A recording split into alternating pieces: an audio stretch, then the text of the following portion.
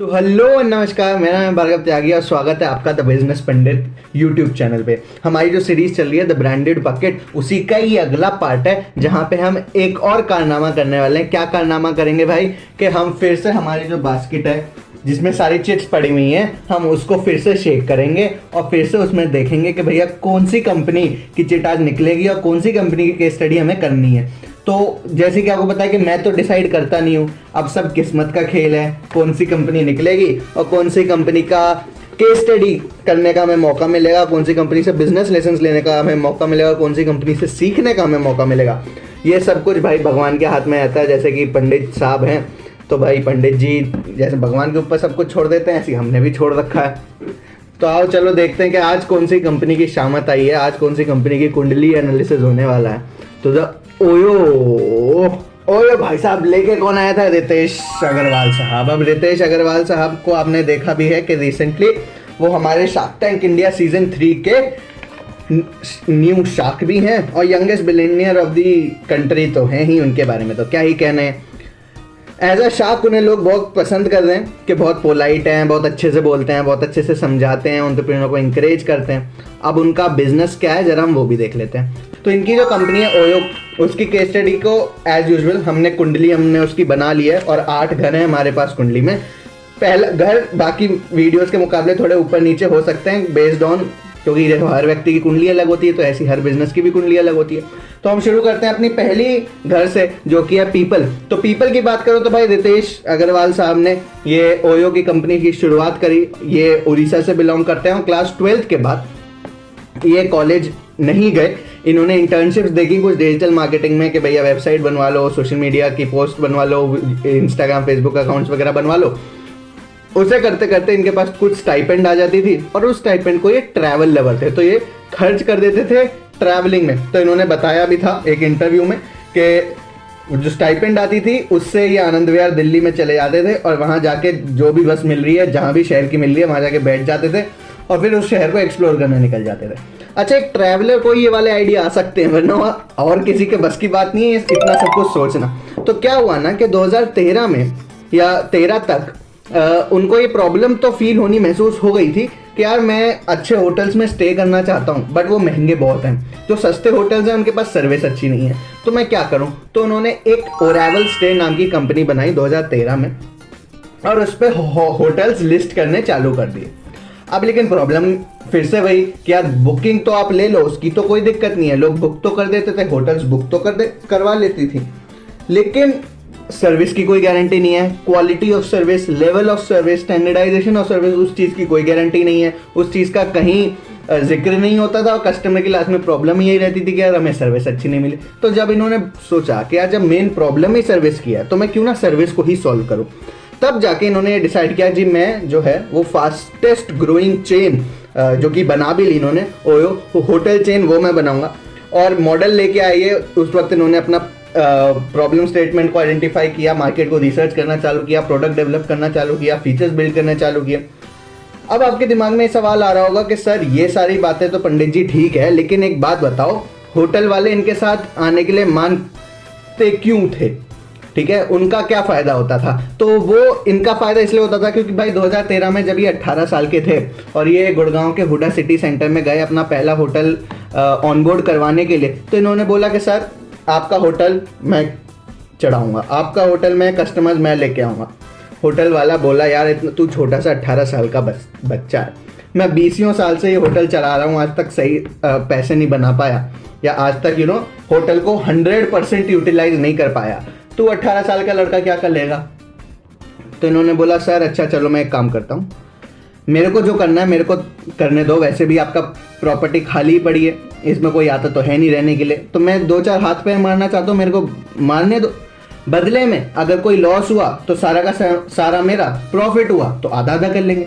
अब जब 100% loss 50% profit का प्रपोजिशन इन्होंने पहले ही दे दिया होटल ओनर को, तो कोई होटल वाला मना ही नहीं किया इन्होंने स्टार्टिंग डेज में इनके साथ जुड़ने के लिए, बिकॉज लॉस तो होटल ओनर का कुछ हो ही नहीं रहा था ना, जितना भी लॉस था वो सारा अपने सर लेने को तैयार थे, इतना रिस्की खेलने के लिए राजी हो गए थे। इनका कॉन्फिडेंस था कि यार मैं कुछ कर लूंगा, मैं बना लूंगा इस चीज़ का, कि ये फिर उस चीज़ को इन्होंने नज़रअंदाज करना चालू कर दिया है। इसको एज अ क्लिकबेट इन्होंने जैसे बेट होती है ना, चारा डालते हैं ना मछली फंसाने के लिए, वो करना इन्होंने चालू कर दिया। दूसरा घर पर्पस पे मैं आता हूँ। पर्पस की मैं बात करूँ तो इन्होंने देखा यार एक बहुत बड़ी अनब्रांडेड अनऑर्गेनाइज टायर 2 टायर 3 होटल्स की अवेलेबिलिटी पूरे मार्केट में ऑलरेडी है, तो मैं अलग से होटल बना के पैसे उसमें लगाऊं, कोई सेंस नहीं बनता उस चीज़ का। इन्हीं होटल्स को एक्वायर करते हैं और इनके पैरामीटर्स पे काम करेंगे, इनकी सर्विस जो है वो इम्प्रूव करेंगे और इन्हीं को ही लिस्ट करके इन्हीं में ही कस्टमर दिलवा देंगे, तो हमको हमारा कमीशन मिल जाएगा। तो इन्होंने किस किस चीज़ पे ध्यान दिया? इन्होंने इलेक्ट्रिसिटी पे ध्यान दिया, इन्होंने फैन एसी की कंडीशन पे ध्यान दिया, इन्होंने वाईफाई पे ध्यान दिया, इन्होंने क्लीनलीनेस पे ध्यान दिया, इन्होंने वाटर पे ध्यान दिया, इन्होंने अप्लायंसेस के जो टीवी वगैरह कमरे में हैं वो सही होने चाहिए, सही चलने चाहिए, और इन्होंने मैट्रेसेस और बेडशीट बेड पे ध्यान दिया कि बेड की कंडीशन सही होनी चाहिए, चादर साफ होनी चाहिए, तकिए साफ होने चाहिए, गंदे नहीं होने चाहिए, ऐसा नहीं कि बेड की एक टांग टूटी हुई हो, वो सारी चीज़ें नहीं होनी चाहिए। तो ऐसे इन्होंने ये जो प्रॉब्लम्स कस्टमर को हो रही थी इस इंडस्ट्री में, अनब्रांडेड अनऑर्गेनाइज्ड होटल्स वाली इंडस्ट्री में, टायर 2 टायर 3 होटल्स में, टायर 1 तो देखो ताज, रेडिसन ब्लू, ओबरॉय, वो सारी चीज़ें ठीक है, उनसे तो कंपटीशन है ही नहीं, बिकॉज वो सारी चीज़ें बेस्ट देंगे लेकिन फिर उसके पैसे भी लेंगे। ये जिस मिशन पे निकले हुए थे कि मैं बेस्ट फॉर कॉमन मैन बनूं, प्रोडक्ट बनाऊंगा, कंपनी बनाऊंगा, या कॉमन मैन के लिए world class service with an affordable price, कहीं चीज़ें मैच नहीं हो रही थी, इसलिए इनको ये सारे चीज़ों पे इन्होंने छोटी छोटी चीज़ों पे ध्यान दिया। इनका मानना था कि देखो कस्टमर को 3 ही चीज़ चाहिए, सॉल्व कर दोगे कस्टमर तुम्हारे पास आ जाएगा होटल इंडस्ट्री में। क्या? क्वालिटी अच्छी हो, कमरे की भी, सर्विस की भी, हर चीज़ की, प्राइस सस्ता मिल जाए, तीसरा लोकेशन अच्छी मिल जाए। तो अब भी आप देखो हम जो होटल्स वगैरह बुक करते हैं, हम कहीं जा रहे होते हैं टूरिस्ट डेस्टिनेशन वगैरह, तो हम चाहते हैं हमें होटल जो है वो सिटी सेंटर में मिल जाए ताकि हम बाकी की जितनी भी हमारी रिक्रिएशनल एक्टिविटीज़ हैं वो सही से कर लें। हम किसी पिलग्रिमेज पे जा रहे हैं, कोई धार्मिक स्थल पे जा रहे हैं, तो हम चाहते हैं कि जी मंदिर के जितने पास होटल हो उतना अच्छा है ताकि हम आना जाना आसानी से कर लें। तो इन्होंने देखा क्वालिटी, प्राइस और लोकेशन, ये 3 ट्रायो है, इन तीनों को सॉल्व कर दो, कस्टमर तुम्हारे पास आ जाएगा। ग्रेट लिविंग स्पेसेस और कॉमन मैन का इन्होंने नारा लिया। और अब तीसरे घर पे मैं आ जाता हूं इनको लेके कि भैया इन्होंने प्रोडक्ट क्या बनाया। तो प्रोडक्ट बनाया कि भाई कस्टमर की प्रॉब्लम इतनी सॉल्व कर दो कि कस्टमर तुम्हारे अलावा और कहीं जाए ना। क्या किया? होटल सर्च को आसान बना दिया, होटल को बुक करना आसान बना दिया, चेक इन चेकआउट ईजी बना दिया, कैंसिल होगा नहीं होटल। सर्विस की बात करूं तो वर्ल्ड क्लास सर्विस मिलनी चाहिए, बेस्ट पॉसिबल सर्विस मिलनी चाहिए। इन्होंने एक मंत्र अपनाया। क्या मंत्र अपनाया? नीचे लिख लो, जितने स्टार्टअप वाले हैं नीचे लिख लें, अपने नोटबुक में लिख लें। प्रिडिक्टेबिलिटी से रिपीटेबिलिटी आएगी थ्रू ट्रांसपेरेंसी। क्या मतलब है इसका? आप अपने प्रोडक्ट में, इनके लिए इनका प्रोडक्ट क्या है? होटल्स। बिकॉज लोग ओयो कर लेते हैं या ओयो बुक ही इसलिए करते हैं बिकॉज उनके दिमाग में है कि ओयो मतलब होटल्स हमें मिल जाएंगे। तो भले ही होटल किसी और बंदे का है लेकिन लोग ओयो पे इसलिए जा रहे हैं क्योंकि उन्हें होटल चाहिए। तो इनके लिए kind of secondary product, primary product तो इनका ऐप है because they are just the platform, tech platform. Secondary product इनका है होटल्स। तो होटल्स में इनको क्या किया इन्होंने बोला कि प्रिडिक्टेबिलिटी आ जानी चाहिए। जो भी अभी मैंने पैरामीटर्स आपको गिनवाई, electricity, food, water, wifi, fan वगैरह, अप्लायंस, बेडशीट वगैरह, इन्होंने कहा कि इन चीज़ों को इतना स्टैंडर्डाइज कर दो, इतना आसानी से कस्टमर को रेडी करवा के दे दो, इतनी आसानी से उन्हें उपलब्ध करवा दो, एक्सेस करवा दो कि लोग मानने लगें कि हमने ओयो बुक किया है तो हमें ये सारी चीज़ें तो डेफिनेटली मिलेंगी। हमें बेडशीट हमेशा अच्छी मिलेगी, हमें वाटर हमेशा अच्छा मिलेगा, कमरा बिल्कुल साफ मिलेगा, अप्लायंस बिल्कुल चल रहे होंगे, एसी बिल्कुल फिट फॉर कंडीशन में होगा, बिजली कमरे में हमेशा रहेगी। ये चीज़ कस्टमर ओयो सोचे, उसके साथ ही उसके दिमाग में आ जाए कि हमें ये चीज़ तो वहाँ पे मिलेगी ही मिलेगी। जब इस तरीके की प्रिडिक्टिवनेस अबाउट द प्रोडक्ट कस्टमर के दिमाग में आ गई of the hotel through OYO, तो उनके यहाँ ना, उनके दिमाग में रिपीटेबिलिटी वाला फैक्टर काम करना चालू कर देता है कि मैं एक बार गया, मेरे को ये सारी चीज़ें मिली, तो अगली बार भी फिर मैं ओयो से ही जाऊँगा, तीसरी बार भी मैं ओयो से ही बुक करूँगा, चौथी बार भी मैं ओयो के होटल में ही रुकूंगा, पांचवी बार भी मैं ओयो के पार्टनर होटल में ही चेक इन करूँगा। उस प्रेडिक्टेबिलिटी की वजह से रिपीटेबिलिटी आएगी, और रिपीटेबिलिटी और प्रेडिक्टेबिलिटी दोनों के ही लिए ज़रूरत है ट्रांसपेरेंसी की। ट्रांसपेरेंसी मतलब जैसा होटल मेरे को बुक करते वक्त ऐप में या वेबसाइट पे इमेजेस में दिख रहा है वैसा ही होटल मेरे को मिले, वैसा ही मेरा कमरा, मेरे बेड, मेरी बेडशीट, मेरा मैट्रेस, मेरा रूम का कंडीशन मेरे को मिले। उस लेवल की ट्रांसपेरेंसी की जरूरत इनको दिखाई दी और ये उस लेवल की ट्रांसपेरेंसी पे चले गए कि कस्टमर प्रिडिक्ट करने लगा कि मैं जाऊंगा तो मेरे को ऐसे मिलेगा और उससे रिपीटेबिलिटी है। फिर इन्होंने सोचा यार मैनुअली काम करने से, गुड़गांव से शुरू किया था, गुड़गांव में बड़ा हो जाऊंगा, फरीदाबाद में चला जाऊंगा, दिल्ली में चला जाऊंगा, लेकिन अगर इसको स्केल करना है, लेकिन अगर इसको स्पीडली इंप्लीमेंट करना है तो मेरे को टेक्नोलॉजी की जरूरत पड़ेगी। तो इन्होंने टेक्नोलॉजी के सहारा लिया, अपना यूजर इंटरफेस बिल्कुल क्लीन कर दिया, कंज्यूमर जर्नी को एकदम शॉर्ट कर दिया कि फटाफट 5 सेकंड में 3 क्लिक में तुम एक होटल बुक कर सकते हो इनके प्लेटफॉर्म पे जाके। इतनी ईज ऑफ होटल सर्च और बुकिंग जो मैंने पहले पॉइंट में बात करी थी वो लोग ये लिया। चौथे घर की मैं बात कर रहा हूँ, जो कि नॉर्मली जो हमारा चौथा घर रहता है उसकी जगह मैंने चेंज कर दिया। तो ये चौथा घर है प्रोसेस का। हमारा प्रोसेस की बात करूँ तो इन्होंने एक अलग से स्पेशलाइज टीम बना दी होटल के एक्विजिशन की। कौन सा होटल हमारे साथ पार्टनर करेगा उसकी इन्होंने अलग टीम बना दी। अब उस टीम का काम क्या है, जाके सारे होटल्स देखेंगे जो हमारे साथ पार्टनर कर सकता है या करना चाहता है, उनका एनालिसिस करेंगे, उनका ऑडिट करेंगे, उनकी एक रेटिंग निकालेंगे और उस बेसिस पे डिसाइड होगा कि इस होटल के साथ हमें पार्टनरशिप करनी है या नहीं करनी है। किन पैरामीटर्स, अगेन जो मैंने ट्रायो की बात करी थी, quality, price and location. Location अच्छी होनी चाहिए होटल की, क्वालिटी मतलब ऐसा भी नहीं कि दीवार ही रिपेयर करवानी पड़ रही है अगर हमें, तो फिर हमें वो पार्टनर नहीं चाहिए। एटलीस्ट इतना तो हो कि तुम्हारी दीवारें झड़ नहीं रही हो, प्लास्टिक झड़ ना रहा, उसके बाद तो ओयो संभाल लेगा। और प्राइस क्या पता लगा दिए हैं उसमें, या तो करोड़ों का सामान लगा दिया और होटल बिक नहीं रहा है, या फिर बिल्कुल भी कुछ है ही नहीं, फर्नीचर भी मुश्किल से ही है होटल में। तो वो सारी चीज़ें नहीं होनी चाहिए, बिकॉज इन्हीं चीज़ों के बेसिस पे फिर ओयो आगे प्राइस डिमांड कर सकता है ना कस्टमर से। इसलिए 8 महीने का जो बाकी होटल चेन्स का एक्विजिशन टाइम रहता है किसी होटल के साथ पार्टनरशिप करने का, इन्होंने अपनी स्पेशलाइज्ड टीम की मदद से उस 8 महीने के टाइम को गिरा के 8 दिन पे ले आए। तो 8 दिन में ये कोई भी होटल अपने प्लेटफॉर्म पे ऑनबोर्ड कर देते हैं। डायनामिक प्राइसिंग का कॉन्सेप्ट ये लेके आया इसमें, और जो हमारा छठा घर प्राइसिंग रहेगा उसी में ही ये पॉइंट आएगा। तो आप एक बार में समझ लेना, मैं दोबारा समझाने का इतना फिर वीडियो लंबी हो जाएगी। तो डायनामिक प्राइसिंग क्या होती है, इन्होंने बोला कि पहले 3 कमरे तो मैं सस्ते में दे दूंगा। किसी भी होटल के पहले 3 कमरे अगर बुक होने हैं तो मैं सस्ते में बुक कर दूंगा। मान ले 2000 का कमरा है तो मैं 1000 में ही बुक कर दूंगा। लेकिन फिर चौथे घर से, मतलब घर कह रहा हूँ, चौथे कमरे से मैं हर कमरे पे 100 200 300 रुपए बढ़ा के बुक करवाना चालू करूंगा। बिकॉज उससे क्या होगा कि पहले 3 जो कमरे मेरे बुक हो रहे हैं उससे वो होटल इनके ओयो के एल्गोरिदम में ऊपर रैंक करना चालू कर देगा कि भैया लोग इस होटल में रुकना चाहते हैं। और उसके बाद जो बाकी कमरे बुक होंगे उस पे एक्चुअली इनका पैसा बनेगा। पहले 3 कमरों पे पैसा नहीं मिलेगा, कॉस्ट टू कॉस्ट देना पड़ेगा, लेकिन उससे आप एल्गोरिदम की नजर में आ जाओगे। और एक बार आप एल्गोरिदम की नजर में आ गए उसके बाद आप कस्टमर्स के आप उतना ही ज्यादा आपको होटल कस्टमर के सामने दिखाई देगा और उतना ही ज्यादा प्रीमियम कमांड कर सकते हो कस्टमर से, और वहीं से ही आपका एक्चुअल में प्रॉफिट मार्जिन भी निकल के आएगा। तो इसलिए इन्होंने डायनेमिक प्राइसिंग का कॉन्सेप्ट रखा। फिर इन्होंने होटल के ऑडिट का, जैसे मैंने बताया वैसे ही इन्होंने होटल के स्टाफ की ट्रेनिंग के लिए भी एक अलग से टीम बनाई कि हमारा व्यक्ति रिसेप्शन पे कैसे बात करेगा, होटल मैनेजर कैसे बात करेगा, वो सारी चीज़ें उन्हें ट्रेनिंग में सिखाई गई। बिकॉज एट दी एंड अगर होटल में कुछ लफड़ा होता है तो होटल का नाम बाद में, पहले ओयो का नाम खराब होगा, क्योंकि कस्टमर होटल में ओयो के नाम की वजह से आया है।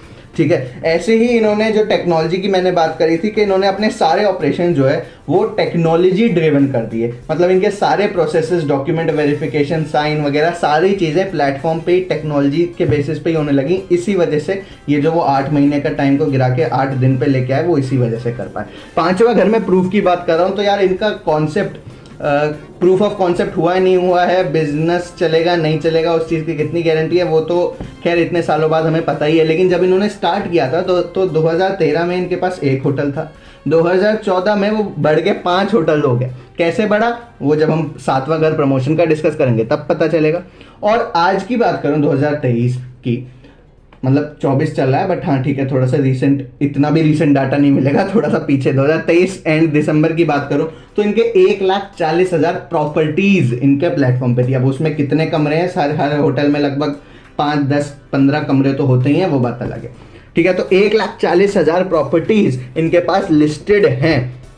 तो इसका मतलब ये है कि भैया इनका बिजनेस तो धांसू है, वो उसमें कैपेबिलिटी थी कि वो चल पाए उस टाइम पे भी, इसलिए वो चला।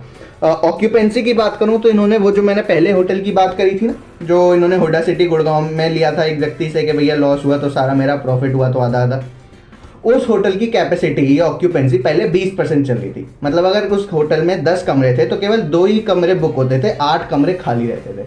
इनका मॉडल अप्लाई करने के बाद, इनकी सर्विसेज अप्लाई करने के बाद, लेने के बाद वो होटल की ऑक्यूपेंसी 90% हो गई। मतलब 10 में से 9 कमरे भरने चालू हो गए। और जब किसी व्यक्ति का तुम इतना फ़ायदा करवा दोगे कि उसके 7 कमरे तुमने बुक करवा दिए, उसके लिए तुम 7 कस्टमर्स लेके आ गए, तो ऑब्वियसली बात है यार, आसपास के होटल में भी बात फैली कि यार इसका होटल इतना कैसे चल रहा है। बाजू वाले का तो पता चला कि जिसने ओयो से कोलैब किया है, तो बात ऑल होटल्स ने ही बोलना चालू कर दिया कि यार हमारे साथ भी कोलैब कर लो यार, हमारे भी कमरे खाली पड़े हैं, हमारे कमरे भी चढ़ा दो किराए पे। वहां से इनका चालू हुआ। 1.5 मिलियन ऐप इनके डाउनलोड हो चुके हैं। और ये अपने कस्टमर को ना, जो भी कस्टमर इनके साथ जुड़ता है उसके फायदे बहुत होते हैं, बहुत फायदे करवाते हैं। इस वजह से इनका बिजनेस चल रहा है। प्रूव कर दिया कि इनका बिजनेस अभी तक इतना लीडर कैसे बना हुआ है मार्केट में। उसका रेवेन्यू उस व्यक्ति का बढ़ेगा, उसके कस्टमर्स रिपीट आएंगे, उसकी एफिशिएंसी इंप्रूव होएगी और उसको CRM भी देंगे ताकि वो अपना daily check in, booking, inventory वगैरह सारी चीज़ों का रिकॉर्ड रख पाए। तो ये सारे बेनिफिट्स तो होते ही हैं रेस्टोरेंट या कस्टमर उसको होटल वाले को जो इनके साथ जुड़ता है।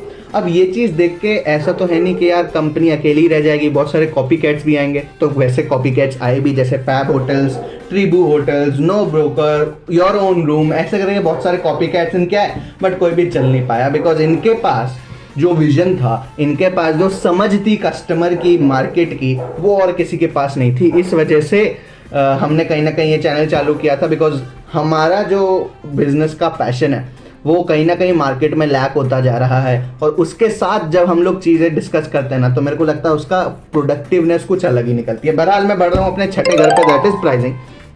तो इन्होंने बजट कॉन्शियस ट्रैवलर को फोकस में डाला। उसके लिए डायनामिक प्राइसिंग लाई, कॉम्पिटिटिव प्राइसिंग लाई कि बाकियों के बराबर या उससे सस्ता बेचेंगे। वैल्यू बेस्ड प्राइसिंग लाई कि अब वैल्यू बेस्ड प्राइसिंग सोचो, पहले 3 कमरे कॉस्ट टू कॉस्ट चढ़ाने की बात हुई थी, कॉस्ट टू कॉस्ट बेचने की, रेंट पे देने की बात हुई थी। लेकिन उन 3 जो कमरे थे वो 2000 के, तो उसे मैंने 100 में दिया था, 1000 में दिया था। अब लेकिन 1000 वालों को भी वैल्यू तो 2000 की ही मिल रही है ना। और उसके बाद भी ऐसा नहीं है कि मैं अपने कमरे की कॉस्ट एकदम से 2000 कर रहा हूँ, उसके बाद भी 1000 से मैं 1100 करूंगा, 1300 करूंगा, 1500 करूंगा, 1700 करूंगा, फिर 2000 करूंगा। तो इतने लोगों को प्राइस 2000 से कम है लेकिन उनको वैल्यू 2000 की मिल रही है। तो इन्होंने वैल्यू बेस्ड प्राइसिंग रखी कि मैं जितने पैसे लूं उससे ज्यादा की वैल्यू डिलीवर कर दूं, अंडर कमिट ओवर डिलीवर कर दूं, वो वाली बात है। इनके जो ओयो रूम्स, जो मेन इनका जो बिजनेस है जिसको हम सब लोग जानते हैं, उसमें इनका जो प्राइस पॉइंट इन्होंने रखा 500 रुपए से लेके 4000 रुपए तक का, अगर किसी को होटल बुक करना है तो वो इनके प्लेटफॉर्म पे मिल जाएगा। और उसमें से ऑब्वियसली इनका कोई कट रहता है। अच्छा, 4000 से ज़्यादा का अगर किसी को बुक करना है तो वो भी प्रोडक्ट ये हाल ही में लेके लॉन्च कर दिया है, उसकी भी मैं बात करूँगा आगे। बट मेन इनका प्राइस पॉइंट ओयो रूम्स वाले नॉर्मल जो इनका मेजॉरिटी मास बिजनेस है उसका ये है। अच्छा, अब ये तो बात हुई प्राइस की कस्टमर के साथ। अब price of the hotel owner की भी तो बात होनी चाहिए। तो होटल ओनर्स इनके साथ क्यों जुड़ते हैं? क्योंकि जब जुड़ते हैं ना वो, तो ये उन्हें पूरी कैलकुलेशन करके दे देते हैं। जो मैंने बात करी कि एक टीम जाएगी और होटल को ऑडिट करेगी बिफोर ऑनबोर्डिंग अ होटल, वो टीम एक्चुअली करती क्या है? क्या ऐसा वो होटल ओनर से कहती है कि होटल ओनर मान जाते हैं इनके साथ कोलैब करने के? और आज तो खैर ऐसा टाइम है कि होटल ओनर खुद जा रहा है कि यार मेरे साथ कोलैब कर लो, लेकिन पहले के टाइम पे ये ऐसा क्या करते थे? बिकॉज हमें वहीं से ही लर्निंग मिलेगी जो इन्होंने स्टार्टिंग में किया है। कंपनी बड़ी हो गई उसके बाद तो यार लोग उसके पास आ गए, उसमें हमारे सीखने के लिए क्या है, लेकिन कंपनी कैसे लोगों के पास गई, वहां से हमें असली लर्निंग मिलती है ना। तो इन्होंने क्या किया, ये अपने कस्टमर को, होटल ओनर को ROI, उसका कितना रिटर्न ऑन इन्वेस्टमेंट आएगा, उसको कितना यील्ड मिलेगा, कितना अर्निंग्स रेवेन्यू होगा उसके होटल पे, उसकी कितनी अर्निंग्स होगी, उसकी इन्वेंट्री क्या क्या लगेगी, उस सारी चीजों को ट्रैक करके लिख के दिखा देते थे, जिसके बेसिस पे ये सेट कर पाते थे कि इस होटल के लिए, इस कमरे के लिए हमें कस्टमर से क्या प्राइस चार्ज करना है, क्या प्राइस बनता है जिससे कस्टमर इस होटल पे आसानी से आके अपनी बुकिंग करते। सातवां घर प्रमोशन की मैं बात करूं तो जैसे कि मैंने बताया, ये पहले 18 साल की उम्र में 12वीं क्लास के बाद डिजिटल मार्केटिंग की इंटर्नशिप वगैरह करते थे। तो ये आज भी इनका बिजनेस बहुत ज़्यादा मास मार्केटिंग और डिजिटल मार्केटिंग पे फोकस करता है। इंस्टाग्राम, फेसबुक, यूट्यूब वगैरह पे इनके भारी फॉलोअर्स हैं। वर्ड ऑफ माउथ या माउथ टू माउथ पब्लिसिटी जिसको बोलते हैं, वहाँ से इनका सबसे ज़्यादा बिजनेस आता है। जैसे कि मैंने अभी बताया ना कि 2013 में 1 होटल था, 2014 में 5 होटल थे, तो अब ये 4 नए होटल आए कैसे? वो भी ऐसी आए ना कि यार इस व्यक्ति का होटल चल रहा है, ओयो के साथ कोलैब है, हमारा भी कोलैब कर दो यार। अच्छा, उस व्यक्ति का होटल चल रहा है, तूने क्या कराया जो तेरा होटल चल रहा है? भैया ओयो कराया मैंने, तो अच्छा चलो मेरा भी ओयो के साथ कोलैब कर दे। तो वर्ड ऑफ माउथ से पब्लिसिटी बहुत होती है। इनके रेफरल्स बहुत आते हैं कि सर मेरा एक होटल आपने ऑनबोर्ड कर लिया, मेरा दूसरा होटल दूसरे शहर में वो भी ऑनबोर्ड कर लो, तीसरा होटल ऋषिकेश में वो भी ऑनबोर्ड कर लो, अच्छा मेरे दोस्त के भी 5 होटल हैं वो भी ऑनबोर्ड कर लो। तो ऐसे रेफरल से बहुत ज़्यादा बिजनेस आता है इनके पास, क्योंकि देखो ज्योग्राफी का ही बिजनेस है। जितनी ज़्यादा होटल इनके पास होंगे, उतनी ज़्यादा बुकिंग्स इनके प्लेटफॉर्म पे होंगी, उतनी ज़्यादा ये कमीशन अपना कट ले पाएंगे ना, तभी तो ये कंपनी पैसा बनाएगी। और केवल प्रमोशन का केवल यही नहीं, सबसे बड़ी प्रमोशन और बूस्ट जो इनको मिला in the very initial years वो ये जब ये पीटर थियल फेलोशिप प्रोग्राम में गए। अब पीटर थियल फेलोशिप प्रोग्राम क्या है ये मैं इस वीडियो में एक्सप्लेन नहीं कर सकता, ये आपको देखना पड़ेगा इंटरनेट पे, या नीचे कमेंट करोगे तो मैं अलग से उस पर वीडियो बना दूंगा। लेकिन जब ये पीटर थियल फेलोशिप प्रोग्राम में सिलेक्शन इनका हो गया, तो वो एशिया से पहले थे जिनका सिलेक्शन हुआ। तो ये चीज़ ना मीडिया में बहुत ज़्यादा आ गई, वहाँ से इनके बिजनेस को बहुत ज़्यादा बूस्ट मिल गया कि देखो किसी व्यक्ति ने ऐसा बिजनेस बनाया है जो फॉरेन से जाके एक थियल फेलोशिप प्रोग्राम में से सेलेक्ट होके वहाँ से फंडिंग उठा के लेके आया। और इसके अलावा बात केवल यही नहीं रुक जाती, इसके अलावा ये जो कैंपेन्स चलाते हैं, जैसे कि और क्या चाहिए कैंपेन इन्होंने एक चलाया। और क्या चाहिए कैंपेन क्या था, मतलब अपने फीचर्स गिनवा दिए। कोई एक व्यक्ति बोल रहा था कि इनके होटल में ये भी है, ये भी है, ये भी है, ये भी है, ये भी है, और क्या चाहिए कैंपेन, और क्या चाहिए कैंपेन। फिर उन्होंने एक और कैंपेन चलाया, 1 फॉर एवरीवन कैंपेन, जहां इन्होंने अलग अलग कस्टमर्स को टारगेट किया कि अगर आप कॉर्पोरेट ट्रैवलर हैं तो आपके लिए हमारे पास अलग प्रोडक्ट है, अगर आप वेकेशन पे जाना चाहते हैं तो आपके लिए हमारे पास अलग प्रोडक्ट है, अगर आप पिलग्रिमेज पे जाना चाहते हैं तो आपके पास हमारे लिए अलग प्रोडक्ट है। तो उस हिसाब से भी ये कैंपेन चलाते हैं, तो उस वहां से भी इनके पास बहुत ज़्यादा कस्टमर्स आते हैं। यही बात करते करते मैं बढ़ता हूँ अपने आखिरी घर पे, दैट इज 8वां घर, दैट इज प्लेस। तो देखो इनका ऐप से तो है ही, ऐप और वेबसाइट से तो आप बुक कर ही सकते हो। उसके अलावा इनका ग्लोबल एक्सपेंशन भी बहुत है, तो इंडिया के अलावा भी काफ़ी कंट्रीज में 10, 11, 12 कंट्रीज में लगभग ये ऑपरेशनल है। स्ट्रैटेजिक लोकेशंस पे, जैसे कि मैंने बोला कि क्वालिटी, प्राइस और लोकेशन का ट्रायल ये टारगेट करते हैं, तो स्ट्रैटेजिक लोकेशंस पे ये अपने होटल्स खोलते हैं ताकि एकदम से बहुत ज़्यादा लोग बुकिंग करने के लिए रेडी हो जाएं उस होटल में। उसके अलावा ये कॉन्सेप्ट यूज करते हैं पार्टनरशिप वर्सेस एक्विजिशन।